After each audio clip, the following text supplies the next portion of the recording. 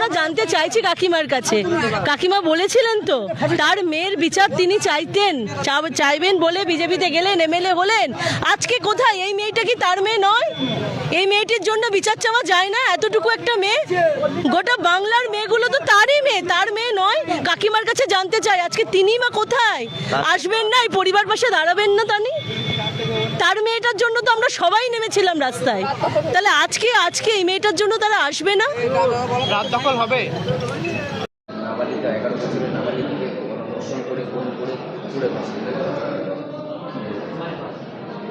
আবারও একটা সেই নির্মম ঘটনার সাক্ষী থাকলাম।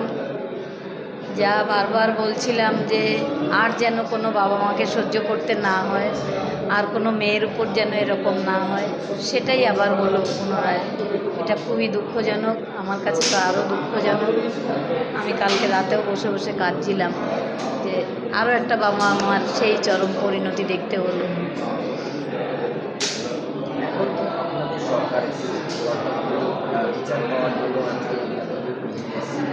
নতুন সরকার এসেছেন, বিচার হবে, বিচার আগের মতো আর ওরকম হবে না, কঠোর হস্তে দমন করা হবে। কিন্তু বাবা মা কী পাবে? বাবা মার যে শূন্যতা, সেই শূন্যই থেকে যাবে।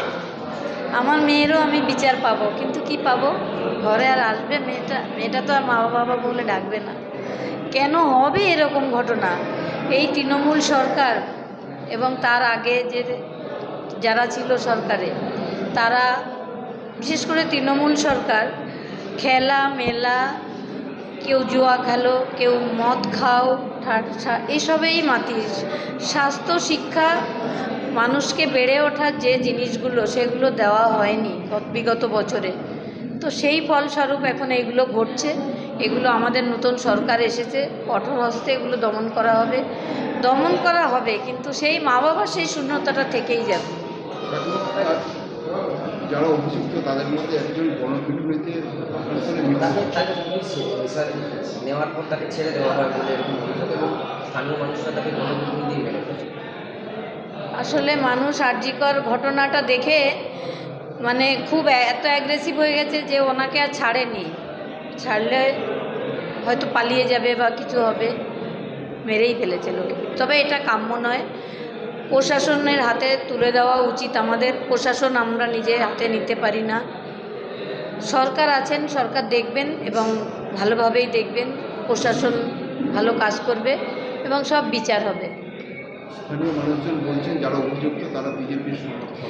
সে বিজেপি সমর্থক কী করে বলবেন? বিজেপি তো 4 তারিখ যেই জিতেছে তখন তৃণমূলের সব লোক বিজেপি হয়ে গেছে রং মেখে রাতারাতি। কী করে বলবে যে বিজেপি সমর্থক সে?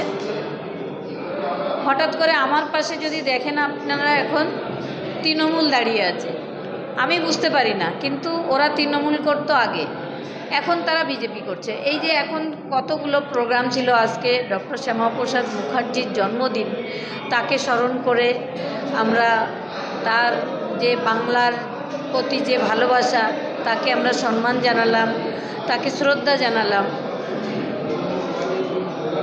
সেই দিনেও আমাদের এটাও দেখতে হচ্ছে,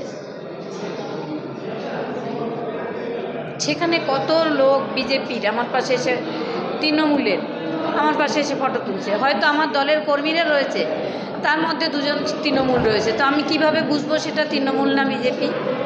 ওরকমই ব্যাপার হয়েছে।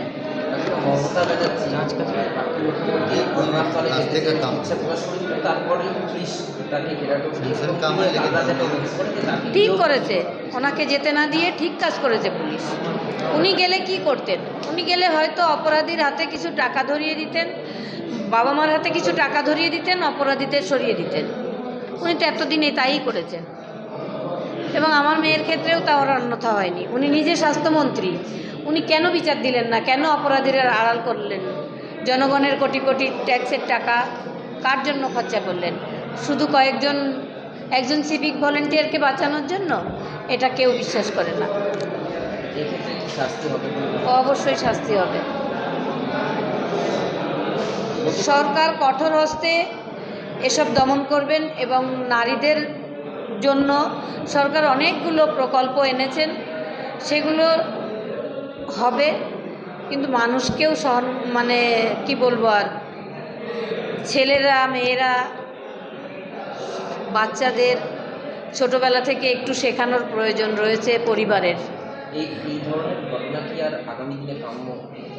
কোনো দিনও কাম্য না, এটাও কাম্য ছিল না, এটাও কাম্য ছিল না, কিন্তু হয়েছে। আমি তো সেই 2 বছর ধরে বলে যাচ্ছি কোনো মেয়ের উপর যেন এরকম না হয়, কোনো মেয়ের যেন স্বপ্ন হারিয়ে না যায়, কোনো বাবা মার যেন এরকম কষ্ট সহ্য করতে না হয়, কিন্তু সেটা তো ঘটছেই। তৃণমূলের বিষ বৃক্ষের ফল এটা অত তাড়াতাড়ি যাবে না। যারা এখন ওই রং মেখে বাঁচার জন্য বিজেপিতে এসে ঢুকছে তাদের আমরা অ্যালাউ করব না দলে। গতকালই মুখ্যমন্ত্রী একদম সরাসরি বলেছেন যারা অভিযুক্ত তাদের বিরুদ্ধে কঠোর ব্যবস্থা হবে। হ্যাঁ, সেখানেও কঠোর হস্তে দমন হবে এবং বিধানসভায় দাঁড়িয়ে আমাদের মুখ্যমন্ত্রী একদম বলেছেন, মানে আপনারাও শুনেছেন, যে অভয়ার বিচার দেওয়ার জন্য জনগণ আমাদের ক্ষমতায় এনেছে, তার বিচার আমরা দেব। এখন আগের সরকার তো অপরাজিতা বিল একটা পাস করানো, ওই বিলে কিচ্ছু ছিল না, ওই বিলটা ভোগাস।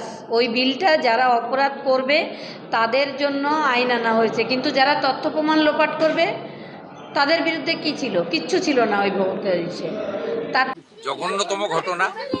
সিট গঠন হয়েছে, পরিবারের পক্ষ থেকে 4 জনের বিরুদ্ধে অভিযোগ দেওয়া হয়েছিল, 2 জনকে গ্রেপ্তার করা হয়েছে, 3 জনকে ডিটেন্ট করা হয়েছে, যাদের সঙ্গে পলাতক 2 আসামির ফোনে কথোপকথন পেয়েছে পুলিশ। পুরো আইজির নেতৃত্বে পুলিশ, এসটিএফ সবাই কাজ করছেন। উনার পরিবার যা যা চেয়েছেন সরকারের কাছে সেই কাজ সরকার করছে। আমি আশা করি যে তদন্তের মাঝপথে আমার না বলাই ভালো, কিন্তু এটুকু আমি বলে দিচ্ছি, পরিবার যেভাবে জাস্টিস চেয়েছেন, পরিবার সরকার এবং পুলিশের কাছ থেকে যে যে সহযোগিতা চেয়েছেন সেটা তারা পাবেন। মোট 4টি মামলা হয়েছে, একটি এই জঘন্যতম অপরাধের মামলা ছাড়া আরো 3টি মামলা হয়েছে। সম্ভবত আমি এক্ষুনি বলবো না, আমি কাউকে ক্লিয়ারেন্স দিতে চাই না, পুলিশ বলবে। যেটা মব লিঞ্চিং হয়েছে, এর পিছনে একটা কমিউনাল অ্যাঙ্গেল ছিল। রেল লাইনে যেভাবে রেলপথকে উপড়ানো হয়েছে, আমাদের অতীত ইতিহাস মনে পড়ছে। 2019-এর সিএ বিরোধী আন্দোলন বা কিছুদিন আগে ওয়াকফ অ্যামেন্ডমেন্ট বিরোধী আন্দোলন। তৃতীয় হচ্ছে সিআরপিএফ এর 2 জন জওয়ান আহত হয়েছেন, একটা পুলিশের গাড়িকে জ্বালানো হয়েছে। আপনারা নিশ্চিন্তে থাকুন, প্রথমটার তো বিচার দেব, ক্যাপিটাল পানিশমেন্ট দেব। ওর বাবা যা যা চেয়েছে সব করবে মুখ্যমন্ত্রী, সাথে সাথেই ফোনে কথা বলেছে। তো আমি খুশি যে ওনারা আমার আস্থা রেখেছেন। বাকি 3টে বিষয় যারা যুক্ত, যারা অতৃপ্ত আত্মা, ভোটে হেরে যারা ঘরে ঢুকে গেছিলেন, এখনো ঢুকে আছেন, এই তিনজন মিলে এই যে 3টে কাণ্ড করেছে না, এদেরকেও কিন্তু ভুগতে হবে। এমন ভোগাবো বুঝতে পারবেন।